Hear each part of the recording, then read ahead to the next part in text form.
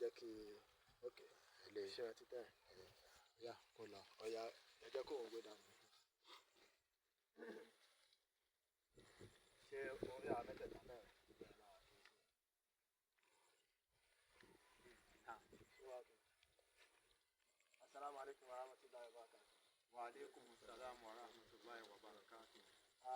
Gbogbo ẹ̀yin èèyàn wa tí ẹ̀ ń wò wá ọ̀dọ̀ bàbá wa tí wọ́n jẹ́ grand mufti fún ìlú Ìjẹ̀bú-Igbó Fadilatu Sheikh Dr. Rafiu Busairi tí ọ̀dọ̀ wọn ní àwà yìí kí a wá kí wọn. Wọ́n wá mú wa wá sí àyè yìí pé ká wá wo mọ́ṣáláṣí tí wọ́n ń ṣe lọ́wọ́ sà. Ìyẹn la ṣe ní ká béèrè sà pé báwo ni àyè yìí ti jẹ́ bá a ṣàlàyé fún gbogbo àwọn. A dúpẹ́ lọ́dọ̀ Ọlọ́run ọba kí Ọlọ́run ọba kó dákun kó túbọ̀ ṣe àlékún rẹ̀ fún wa. Mọ́ṣáláṣí tí ẹ̀ ń wò yìí òun ni a ti lé foundation rẹ̀ láti ọdún 2015. Ìgbà tí a lé foundation rẹ̀ ní ọdún yẹn ibi báyìí ó jẹ́ ilẹ̀ tó wà lóbi gidi gan ni. So a gbọ́dọ̀ kọ́kọ́ ṣe millions tí ìyẹn náà kọ́kọ́ jẹ some millions láti fi lè kó tó ti pé a fi bẹ́ẹ̀ sì ni máa kọ́. So láti 2015 yẹn a ti kọ́ ebi tá a ti náà ní owó agbára òjì bẹ́ẹ̀ lọ. Daarul-Uluumil-Islamiyyah Ìjẹbú-Igbó Foundation òun ni orúkọ ẹ̀. Ọlọ́run á bá wa ṣe nírọ̀rùn ilé ẹ̀ ni òun náà ni ó bá wa parí ẹ̀. Kí ni tí ẹ fẹ́ kí àwọn èèyàn wa derive nínú tí a wá ṣe yìí? So kí ni tá a fẹ́ ká gbà lérò tẹ̀ fi ní ká máa bọ̀ ń bí? Ohun tí mo ṣe ní kẹ́ ẹ wá ni wípé bí ènìyàn bá dákẹ́ talẹ̀ á bá dákẹ́ ni. Àdúgbò tí a bẹ̀ wà yìí àwọn mùsùlùmí wà ń bíbá yìí àwa ń fẹ́ wípé kí wọ́n ní ààyè ibi tí wọ́n ti máa ṣèjọ́sìn. Ìyẹn ló fàtà fi dáwọ́lé ikọ̀ mọ́ṣáláṣí yìí. A dẹ̀ ní àkáǹtì Daarul-Uluum ní WEMA bank. Nọ́mbà àkáǹtì wa ní 01 20 28 47 26. Lẹ́ẹ̀kan sí 01 20 28 47 26. Nọ́mbà àkáǹtì wa nìyẹn. Orúkọ tó wà ń bẹ̀ ni Daarul-Uluumil-Islamiyyah.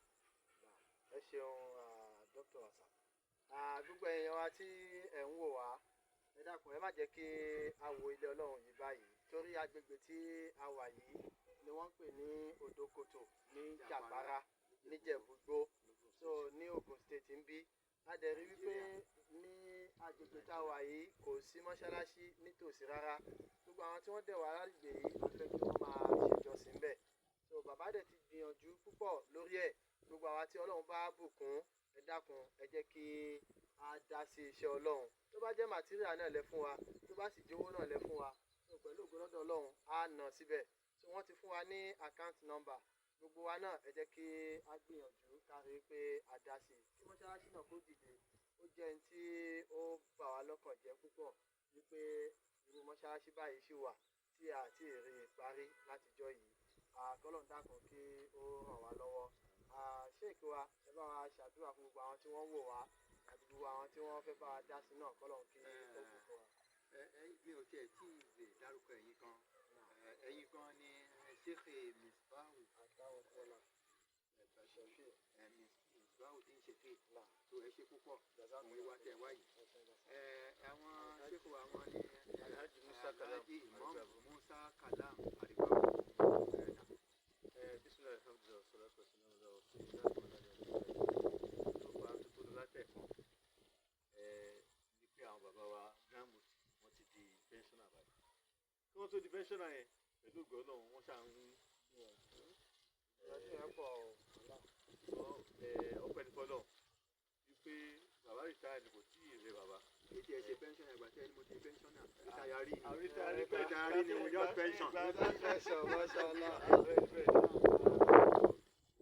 Bàbá rìtáyà ni ṣùgbọ́n kò tí ì rẹ wọn Ọlọ́run lè ní yóò rẹ̀ yìí. Àmín àmín. ni a ti pè yí gbogbo ẹni tó bá jẹ́ ìpè Ọlọ́run Ọlọ́run ni ó máa ń wo òun láti jẹ́ ìpè ẹrú tó bá jẹ́ pé òun ìpè Ọlọ́run kan la pè yín sí gbogbo ẹ̀yin olólùfẹ́ wa gbogbo ẹ̀yin olólùfẹ́ Islam àárọ̀ yìí kẹ́ jẹ́ ìpè Ọlọ́run látara ríran mọ́ṣáláṣí lọ́wọ́ pẹ̀lú ògo Ọlọ́run ó dájú pé Ọlọ́run jẹ́ pẹ̀yìn náà èyí tó ti dá lọ́rọ̀ kó wá wa Ọlọ́run tó máa dára sí gbogbo tọrọ wá wá kù sí Ọlọ́run tó dákun bá wa tó bẹ̀ ṣe káyọ̀ dáa fún wa